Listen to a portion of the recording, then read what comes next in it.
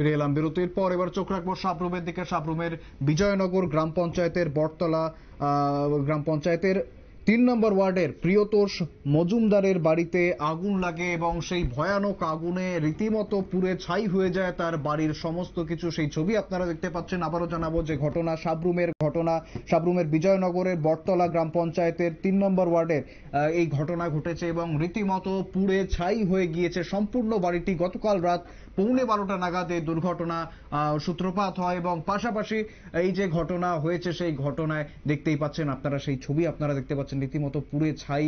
ঘরের আসবাবপত্র থেকে শুরু করে প্রত্যেকটি জিনিস, ঘরের মধ্যে থাকা প্রত্যেকটি জিনিস একেবারে পুড়ে ছাই, সেই কালো ছাই পড়ে রয়েছে সেই জায়গা জুড়ে এবং সেই দুর্ঘটনাস্থল জুড়ে। এই দুর্ঘটনার খবর পাওয়ার সঙ্গে সঙ্গে ঘটনাস্থলে দুটি ইঞ্জিন পৌঁছয়, দমকলের দুটি ইঞ্জিন, এবং সেই আগুন নিয়ন্ত্রণে আনার চেষ্টা করে ঠিকই। তবে বর্তমানে যে ছবি আপনারা দেখতে পাচ্ছেন সমস্ত কিছুই পুড়ে একেবারে ছাই হয়ে গিয়েছে। ঠিক কি জানা যাচ্ছে একবার শুনবো।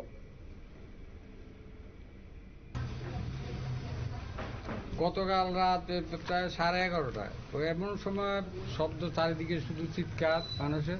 তো আমার বাড়ি তো পাশের বাড়ি, তো আমার ভাতিজি চিৎকার করে আমাকে বলছে উঠো উঠো, মাস্টারের বাড়িতে আগুন লেগেছে। তো আমরা সবাই উঠি দেখি আগুনের কন্ট্রোলের বাইরে। এর কিছুক্ষণ আমরা যখন গাড়ার দিকে আসি তখন একটা বিকট আকারে শব্দ হয়েছে। শব্দের পরে আগুন আরও লেলিয়ানভাবে চারিদিকে ছড়িয়ে গেছে। আমরা এই সাথে সাথে থানাতে ইনফর্ম করি, ফায়ার সার্ভিসে ইনফর্ম করি। আর 15-20 মিনিট 12টা 10-15 ভিতর ফায়ার সার্ভিস এসেছে। 2টা ইঞ্জিন লাগানো হয়েছে, একটা ফায়ার সার্ভিসের আর একটা পুকুর থেকে। তারপর গিয়া রাত্রে 2:30টার ভিতর দেয়া আগুন কন্ট্রোলে এসেছে।